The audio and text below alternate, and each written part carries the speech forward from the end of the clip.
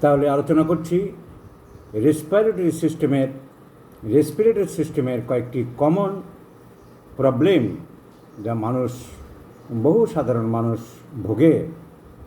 Bronchitis. Number 1, bronchitis. What is bronchitis? আমি বারবারই বলেছি, inflammation of a particular part or organ is known as ITIS। So bronchus, লাংসে ঢোকার আগে যে পাইপ যাচ্ছে মুখের ভিতর থেকে তাকে আমরা বলি ব্রঙ্কাস।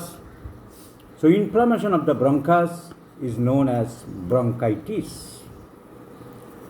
তো এই ইনফ্লামেশন অফ দ্য ব্রঙ্কাসকে আমরা দুই ভাগে ভাগ করতে পারি।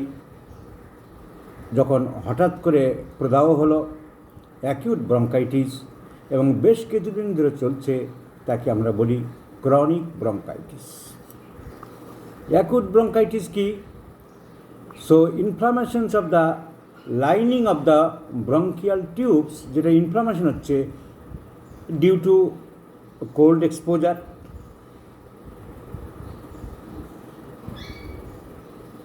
সাধারণত বাচ্চাদের বেশি হয়। দি ডিজিজ ইউজুয়ালি স্টার্টস ফ্রম, সাধারণত সর্দি, কাশি, হাঁচি দিয়ে আরম্ভ হয়। এমনকি অন্য কিছু রোগের সাথেও সৃষ্টি হতে পারে, যেমন হাম, পক্স, ইনফ্লুয়েঞ্জা, এসব রোগের সাথে। মেন কমপ্লেন কি? কাশি, সর্দি, সামান্য শ্বাসকষ্ট হতে পারে, বা কখনো কখনো একটু মডারেট বা বেশি শ্বাসকষ্ট হতে পারে। এইটা হলো অ্যাকিউট ব্রঙ্কাইটিস। কাশি থাকে, কাশিতে একটু কফ বেরোতে পারে, আর সামান্য শ্বাসকষ্ট থাকতে পারে। অ্যাকিউট ব্রঙ্কাইটিস আমরা বুঝি। মোটামুটি কয়েকদিনের রেস্টে সেরে যেতে পারে। হোমিওপ্যাথিক ওষুধ আমাদের প্রথম দিকের ওষুধ। অ্যাকোনাইট লক্ষণীয়। হঠাৎ করে ঠান্ডা লেগে জ্বর আসলো, শীতকালীন ঠান্ডা, বাচ্চাটা খেলাধুলো করছিল নর্মালি, বিকালে ভালোই ছিল, রাত্রেবেলা হঠাৎ জ্বর এলো, ছটফট করছে, অস্থিরতা, জল পিপাসা আছে, অ্যাকোনাইট। মাথার যন্ত্রণা করছে, 2 দিন ধরে জ্বর হয়েছে, পায়খানা হয় না, শুকনো কাশি আছে, জিভটা সাদা, পিপাসা বেশি, রাগ বেশি, ব্রায়োনিয়া।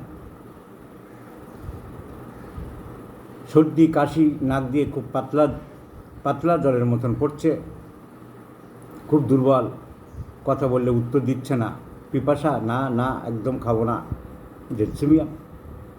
বৃষ্টিতে ভিজেছিল খুব, স্কুলে যাওয়ার পথে বাচ্চাটা, কিংবা ওই চাষা শ্রমিকটা বৃষ্টিতে ভিজে ভিজে কাজ করে এসছে, তারপর গা হাত পা খুব ব্যথা, জিভের সামনের দিকটা একটু লালচে ভাব, রাস্টক্স, এসব ওষুধই সেরে দিতে পারে।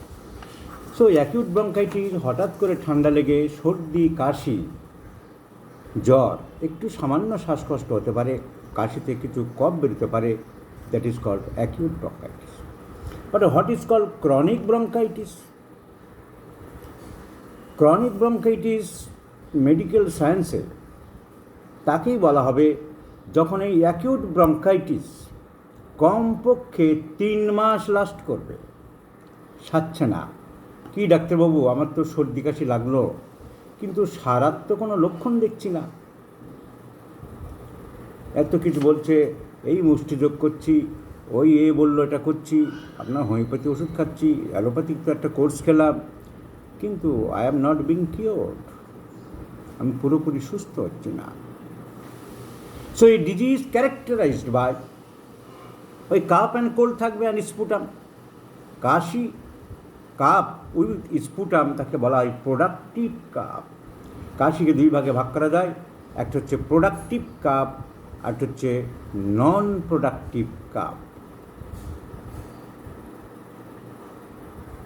তাহলে cup with sputum for at least 3 consecutive months or more than 3 months in the medical science, in the practice of medicine, has been accepted as chronic bronchitis. এই ক্রনিক ব্রঙ্কাইটিসের কারণ কি? অ্যাকিউট ব্রঙ্কাইটিস যখন ঠিকমতো চিকিৎসা হয়নি, ওষুধ ঠিক পড়েনি, রোগী ঠিকমতো নিয়মকানুন পালন করেনি, যে কারণে হচ্ছিল সেই কারণ তাকে বারণ করা সত্ত্বেও সে শোনেনি। বৃষ্টিতে ভিজছিল, বলেছিলাম যে তুমি বৃষ্টিতে ভিজেছ, তোমার এই অ্যাকিউট ব্রঙ্কাইটিস হয়েছে, কিন্তু তুমি আর বৃষ্টিতে ভিজো না, ঠান্ডা পানিতে বা ঠান্ডা জলে চান করো না। কিন্তু সে কথা শোনেনি, দিনের পর দিন আবার ঠান্ডা জলে চান করেছে। বলছিল তোমার এই বিড়ি সিগারেট খেয়ে অসুবিধা হচ্ছে, তুমি আর খেও না, বন্ধ করো, কিন্তু সে কথা শোনেনি। So due to prolongation of the acute bronchitis, long continuation of the smoking, bidi, tamak, cigarette, pipe, or that means tobacco in any form, in any way, is one of the important causes of chronic bronchitis. তামাক, বিড়ি, atmospheric পলিউশনের জন্য হতে পারে। খুব কারখানা ভর্তি, চারিদিকে ইট ভাটা ভর্তি, সবসময় ধোঁয়া উঠছে। একটা কারখানার চিমনি তার বাড়ির সামনে, সবসময় তাকে সেই কার্বন মনোক্সাইড বা কার্বন ডাই অক্সাইড গিলতে হচ্ছে। এই পলিউশনের জন্য হতে পারে। কোল মাইনে কাজ করে, অকুপেশন, কোল মাইনার যারা, কয়লা শ্রমিক, ডিফারেন্ট ইন্ডাস্ট্রিয়াল ওয়ার্কার্স, আমরা 5 মিনিট থাকলে তো নাকের রোমান দেবো, এত সব ডাস্ট উঠছে, চটের কারখানা, ফ্যাক্টরি, সিমেন্টের কারখানা, ডাস্ট, তাদের হতে পারে। আমি গ্রামের দিকে দেখেছি লঙ্কা, কাঁচা লঙ্কা যেটা লাল হয়, ওটাকে সিদ্ধ করে চাটাই পেতে শুকাচ্ছে, পা দিয়ে দিয়ে নাড়ছে। সে তো হাইজিনের কোনো ব্যাপার থাকে না। এই জন্য আমরা বলি খাবার দাবার সব ভালো করে ধুয়ে না, ওই গুঁড়ো মশলা তো খাওয়াই উচিত না। আমি তো সবাইকে বলি যে গুঁড়ো মশলা খাবেন না। আজকাল সভ্যতার খাতিরে, সময় বাঁচানোর খাতিরে, মেয়েদের শৌখিনতার খাতিরে গুঁড়ো মশলা, পেস্ট মশলা, তৈরি করা বাজারের দইয়ের প্যাকেট, তৈরি করা ফলের প্যাকেট, রসের প্যাকেট, প্রত্যেকটা জিনিস আনহাইজিনিক এবং ক্ষতিকর। আমরা দুধের খাবার দেখেছি 2-4 মিনিট, আধ ঘন্টা, 1 ঘন্টা, 2 ঘন্টা বাড়িতে তৈরি করে রাখলেই নষ্ট হয়ে যায়। সেখানে দই তৈরি করে রাখছে কোম্পানিরা, 5 দিন 7 দিন পরে তুমি বাজার থেকে কিনছো। তাহলে কী প্রিজারভেটিভ দিচ্ছে যাতে নষ্ট নয়? That is chemical, and all the preservatives have carcinogenic effects. যত আর্টিফিশিয়াল, যত জিনিস সব খারাপ। অসময়ের ফল তরকারি লোকে আনন্দ করে খায়। গরমকালে ফুলকপি পাওয়া যায়, কোথা থেকে আসে? গরমকালে সারা বছর টমেটো পাওয়া যায়। উপকার, খাদ্যগুণ কিচ্ছু নেই, কিচ্ছু নেই। কোল্ড স্টোরে থাকে বছরের বছর, রাসায়নিক দেওয়া থাকে পোকা না লাগে, অ্যান্টি ফাঙ্গাল ওষুধ দেওয়া থাকে, অ্যান্টি ব্যাকটেরিয়াল দেওয়া থাকে, অ্যান্টি ডিকম্পোজিশন দেওয়া থাকে। বিষ খাচ্ছে লোকে না বুঝে। তো যেটা বলছিলাম, এই ইন্ডাস্ট্রিয়াল ওয়ার্কার্সদের ক্ষেত্রে হতে পারে, ইনফেকশান থেকে হতে পারে। ইনফ্লুয়েঞ্জার পর থেকে যে virus, haemophilic influenza virus, pneumonia, streptococcus pneumoniae, so ভাইরাসের কারণেই হোক, শরীরে যেভাবে হোক ঢুকে যাক, বাই ড্রপলেট ইনফেকশান। প্রচুর পরিমাণে বিড়ি, তামাক, সিগারেট, খৈনি, জর্দা, বাবা জর্দা, গোপাল জর্দা, সিগারেট, বিড়ি, খৈনি, এসব থেকে হতে পারে।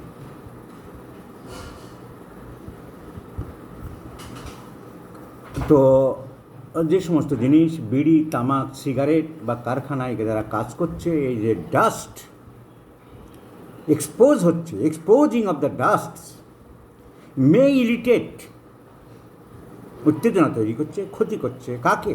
The bronchial tree, bronchus, inner linings, mucous membrane, তার থেকে হতে পারে। So chronic bronchitis is the bronchitis, is the continuation of the acute bronchitis, and which lasts more than 3 months or at least 3 months, 2 মাস 3 মাস হয়ে গেছে, সারছে না, কাশি আছে,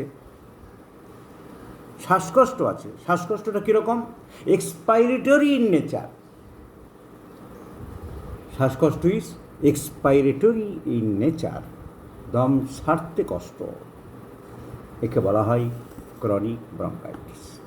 এই যদি ঠিকমতো চিকিৎসা না করা যায়, এখনও যদি সারানো না যায়, এখনও যদি চিকিৎসক ঠিক ওষুধ প্রেসক্রিপশন করতে না পারে, এখনও যদি রোগী সিরিয়াস না হয়, there may be a region of complications.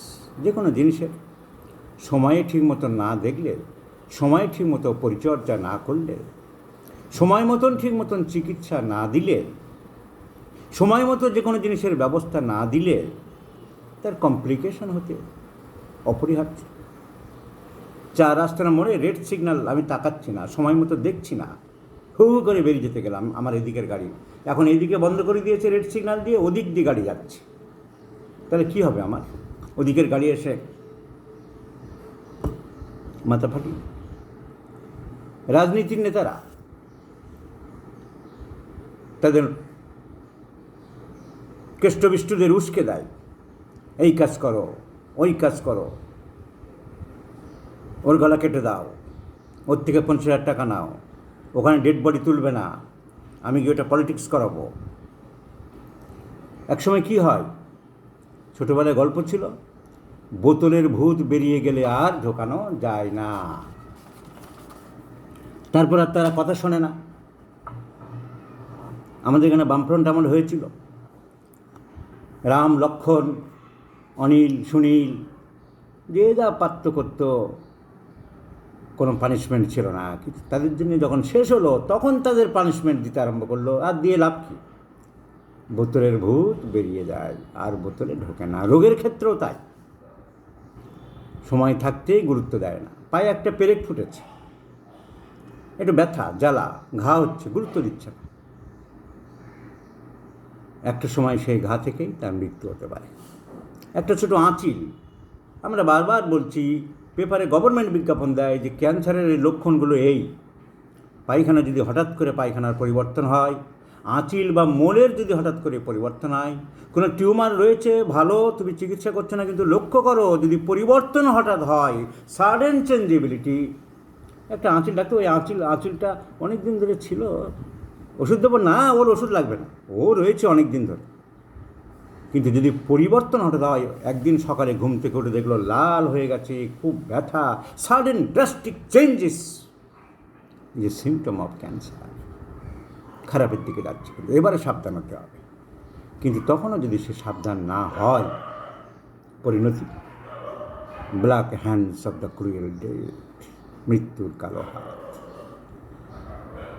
So সাবধান হওয়ার অনেক সুযোগ থাকে, মানুষ সুযোগ গ্রহণ করে না। জুতোর তলা দিয়ে পেরেক ঢুকে গেছে, একটা পেইন, পা ফুটো হয়ে গেছে, একটু ব্যথা, সুগার আছে, ওটা গুরুত্ব দিল না, চিকিৎসা করলো না। কী করছে? ওই পা নিয়ে রাজনীতিবিদ লেকচার দিচ্ছে, এই লক্ষ লক্ষ মানুষের স্বাস্থ্য নিয়ে আমায় ভাবতে হবে, এদের স্বাস্থ্য আমার দায়িত্ব। নিজের স্বাস্থ্য দেখলো না, একটা পেরেক ফুটে গেছে। তা ওদের স্বাস্থ্য দেখার আগে ধূপ, খাট, ফুল, মালা। So complications of may arise in every diseases when it was not managed, when it was not treated properly. So what are the complications of the chronic bronchitis? COPD, chronic obstructive pulmonary disease বলা হয় এক কথায় আজকাল। আসল complications বলতে emphysema, কর pulmonary, right heart failure হয়। এসব কী জিনিস, এসব বোঝাতে গেলে তো টাইম লাগবে, সেগুলো পড়াবো কোর্সের মধ্যে।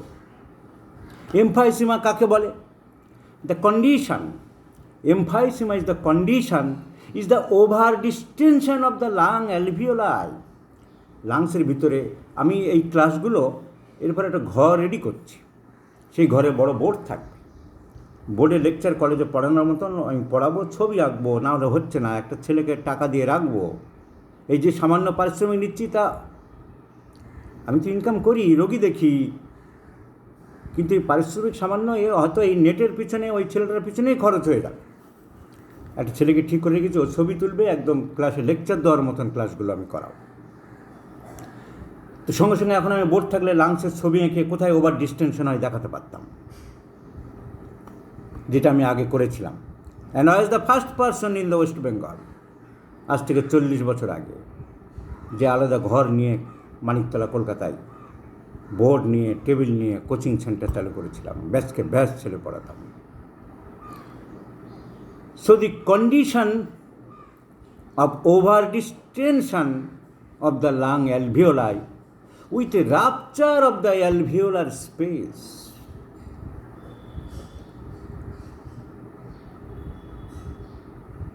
এবং সেই সময় কলকাতায় আমার সুখ্যাতি ছিল যে একটিমাত্র লোক,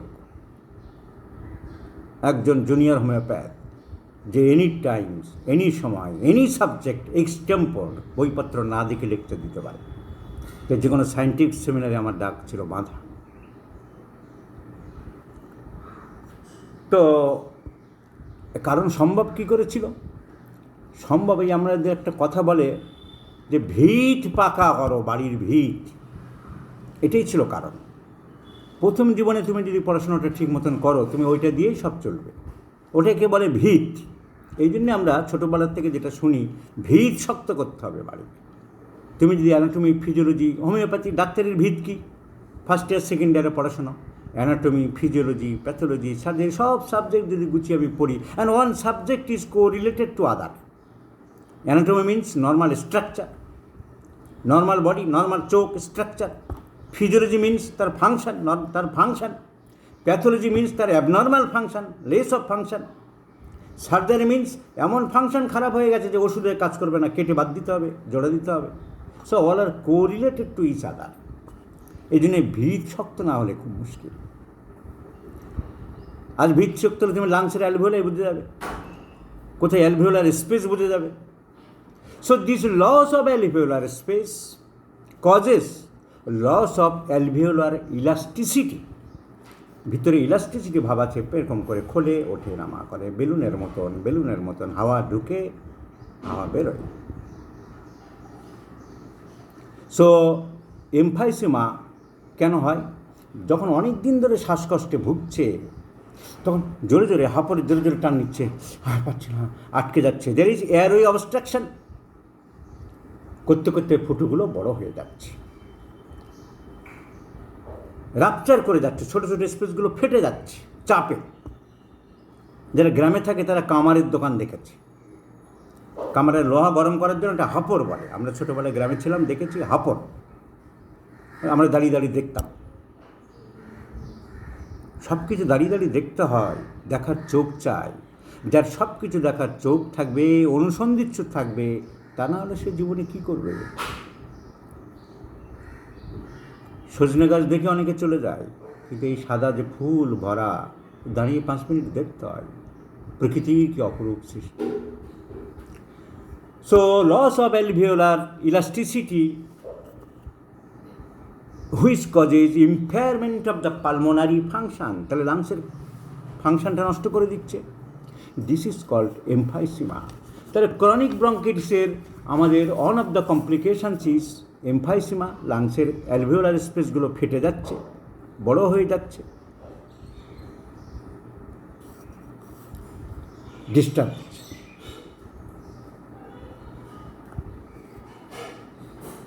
so another complication is cor pulmonale, that means right heart failure. বুঝিয়ে দেবো পরে, এগুলো বলতে গেলে অনেক সময় লাগবে। যাই হোক, ক্রনিক ব্রঙ্কাইটিসের সিমটম আমরা বলেছি। মেন সিমটম কি? মেন সিমটম কাশি, কাপ উইথ এক্সপেক্টোরেশন,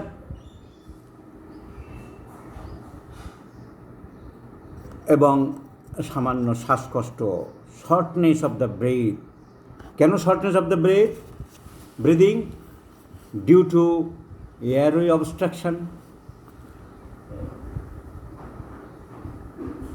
ইনফ্লামেশন হয়েছে, ফুলে গেছে, ওখান থেকে রস বেরোচ্ছে, এক্সুডেশন, সেই রসকে বলা হয় ইনফ্লামেটরি, রসকে বলা হয় এক্সুডেট।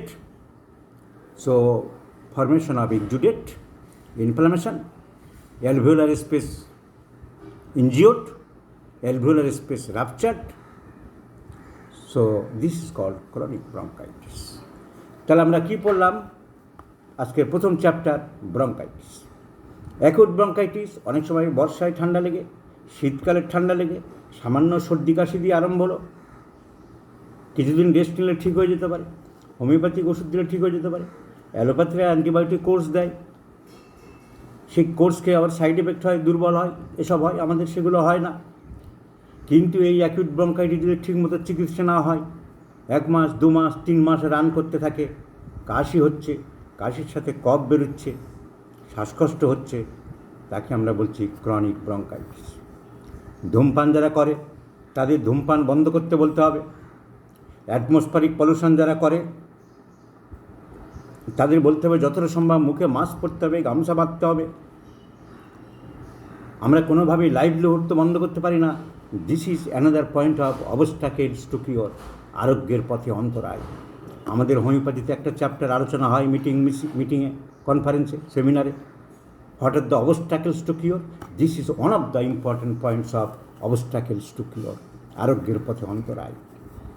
যে লোকটা কয়লার খনিতে কাজ করছে, যে লোকটা অ্যাসবেস্টাস ফ্যাক্টরিতে কাজ করছে, যে লোকটা সিমেন্টের ফ্যাক্টরিতে কাজ করছে, তার জীবিকা তো বন্ধ করতে পারি না, তার লাইভলিহুড বন্ধ করতে পারি না। যতটা সাবধানতা অবলম্বন করার, তার জীবিকা বহাল রেখে আমাদের করতে হয়, এবং তাকে আরোগ্য করা কষ্টকর হয়ে পড়ে। This is called the hindrance of the cure, আরোগ্যের পথে অন্তরায়। তাহলে এই ক্রনিক ব্রঙ্কাইটিস অল্প কাশি থাকবে, শ্বাসকষ্ট থাকবে, কফ বেরোবে, ঠিকমতো চিকিৎসা না করতে পারলে তার পার্মানেন্ট শ্বাসকষ্টে দাঁড়িয়ে যাবে এমফাইসিমা, যাকে বলা হয় সিওপিডি রোগ দাঁড়িয়ে যাবে। ডান দিকের হার্টের রাইট সাইড অসুবিধা হয়ে যাবে, তাকে বলা হয় কর পালমোনারি। এর হোমিওপ্যাথিক ট্রিটমেন্ট কি?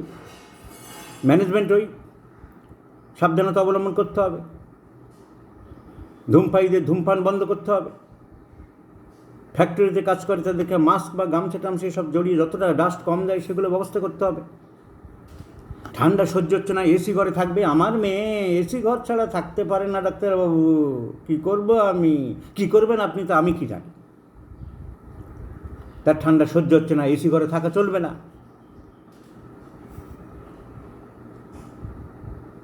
So this are the precautionary or management part. Homeopathic treatment symptomatic, fixed rule কিছু নেই। বারবার বলি, রাগ বেশি, শীত বেশি, ওভার সেন্সিটিভ টু নয়েজ, গলায় কাঁটা ফোটার মতন, বুকে কাঁটা ফোটার মতন ব্যথা, টক জাল খেতে ভালোবাসে, হিপার সালফার, এসব ক্ষেত্রে 30 কয়েক ডোজ দিতে হবে, দিয়ে ওয়েট করতে হবে। 50 মিলিসিমাল হলে দিনে 2 বার, 1 বার করে দেওয়া যাবে। 50 মিলিসিমাল স্কেল রিপিট করা যাবে। খুব কাশি সন্ধ্যের দিকে বাড়ে, লম্বা চওড়া চেহারা, সুন্দর দেখতে, ঠান্ডা জল খেতে ভালোবাসে, মিষ্টি খেতে চায় না, পেট বুকটা খালি খালি লাগছে, বজ্রপাতের ভয় পায়, অন্ধকারের ভয় পায়, কেস্টেকিং করতে হবে, সিমটম নিতে হবে, ফসফরাস হবে। বুকটা খালি খালি মনে হচ্ছে, ভীষণ দুর্বল লাগে, আর কফ যা উঠছে তা মিষ্টি বা নোনতা, স্টানাম মেটালিকাম হবে। কফ উঠছে হলুদ, আঠালো হলুদ, পাতলা পায়খানা হচ্ছে, পেটে গ্যাস হচ্ছে, পেটের মধ্যে ঘর ভর করে শব্দ হয় পায়খানা করতে গেলে, মন মেজাজ ভালো নেই, লোকটার দিকে তাকানো যায় না, স্যাড, ডিপ্রেসড, হাসি নেই মুখে, ল্যাকটাম সার্ভ হবে। So different medicines we may prescribe with our symptom zone, with our symptoms totality. Otherwise fixed ওষুধ বলে কিছু হয় না। প্রচুর পরিমাণে কফ বেরোচ্ছে, বয়স বেশি, শ্বাসকষ্ট হচ্ছে, এমফাইসিমা হয়ে গেছে। One of the best medicine is senega. I prescribe mother tincture. Mother tincture নিয়ে অনেকে গণ্ডগোল করে।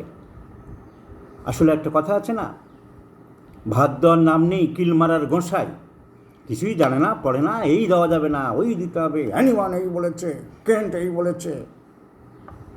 ভাত দেওয়ার নাম নেই, কিল মারার গোঁসাই। একটা রোগ সারাতে পারে না, কিছুই পড়ে না, হ্যানিম্যান কোথাও মাদার দিতে বারণ করে। ওষুধগুলো পোটেন্টাইজ করছে, বলেছে পোটেন্টাইজ ব্যবহার করো। কিন্তু হ্যানিম্যানের পরে যেসব ওষুধগুলো এসছে, সেগুলো মাদারেই পরীক্ষা করা হয়েছে এবং ক্লিনিক্যালি মাদার দিয়ে দেখা হয়েছে দু একটা ওষুধ, সব নয়। হ্যামামেলি 630 থেকে মাদারই ব্লিডিংটা কন্ট্রোল করতে হবে। আমাকে তো রোগীটাকে সারাতে হবে, বাঁচাতে হবে। বৃদ্ধ হয়ে গেছে, হাঁপানিতে খুব কষ্ট পাচ্ছে, প্রচুর কফ বেরোচ্ছে, সেনেগা মাদার 5 ফোঁটা করে দিলে ম্যাজিকের মতন কাজ।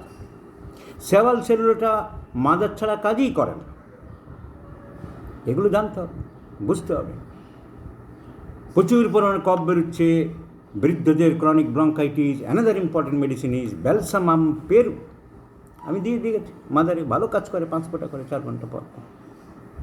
যেগুলো হ্যানিম্যান পরীক্ষা করেছে ডাইনামিক ওয়েতে, সেগুলো আমরা নিশ্চয়ই 30, 200, 0/1, 0/2, 0/, দেবো। কিন্তু আমাদের টিংচার ব্রাত তো নয় হোমিওপ্যাথি। ক্ষেত্র বিশেষে আমাদের দিতে হবে, রোগীকে বাঁচাতে হবে, প্যালিয়েশন করতে হবে। That is called palliation. এবং প্যালিয়েশন তখনই করব যখন প্যালিয়েশনের স্ট্রেস,